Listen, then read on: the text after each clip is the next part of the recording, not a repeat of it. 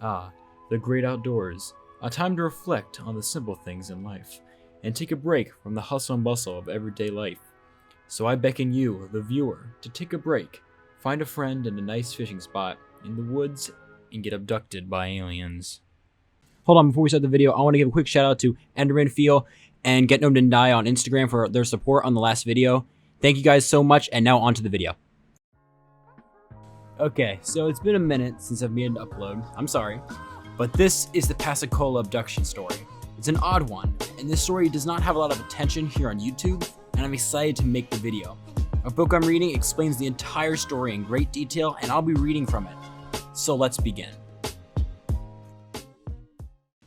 It was around 10:30 p.m. on October 11th, 1973, when Charles Hickson and Calvin Parker showed up at the Jackson County Sheriff Office in Pensacola, Mississippi.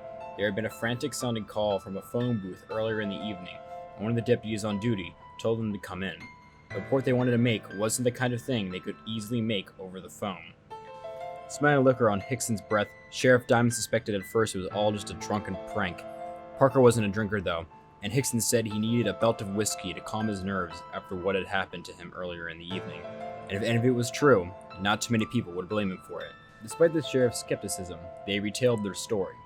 The two men had been fishing off a dock on the Pensacola River around 9 p.m. It was a quiet spot near the old abandoned Sharpenter shipyard.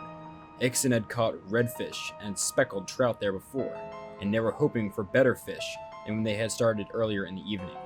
Then, they saw the light. It appeared in the sky not too far from them, maybe 30 yards or so away. It was bright blue, and a quiet buzzing sound came with it. It circled around, and they realized as it came down in a clearing nearby, that it was a solid object, perhaps 30 feet long and 10 feet high, shaped like a football. Both men were terrified. For a moment, it just hovered there, 2 or 3 feet off the ground. And then the object opened up, revealing a brilliantly lit interior. 3 creatures emerged from the ship. Each one was about 5 feet tall, and can be generously described as humanoid. They had gray skin and necklace heads with cones jutting out from where their ears and nose should be. If they had eyes, they were lost within the wrinkles of skin on their flesh. Instead of typical feet, their legs ended in stumps, and instead of hands, they had claws like a lobster or a crab. They floated towards Hickson and Parker. Hickson found himself unable to move when 2 of the creatures gently scooped him up in their claws and spirited him into the craft. Parker fainted, understandably given the circumstances, and was brought over by the third being. Once aboard, Hickson was examined by an eye-shaped probe moving around him.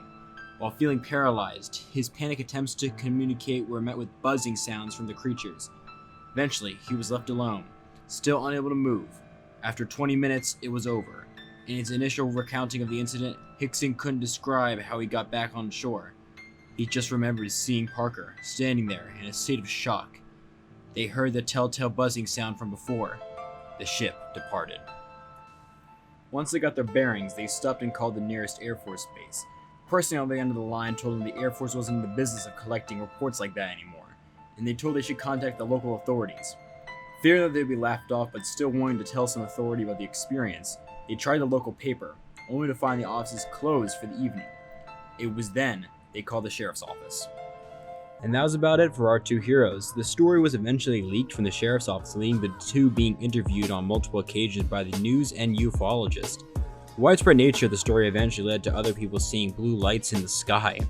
Did these 2 men actually get abducted by aliens? Or was this just an elaborate ruse created by 2 drunks? The world may never know. And on that note, I'm Chernoble, signing off.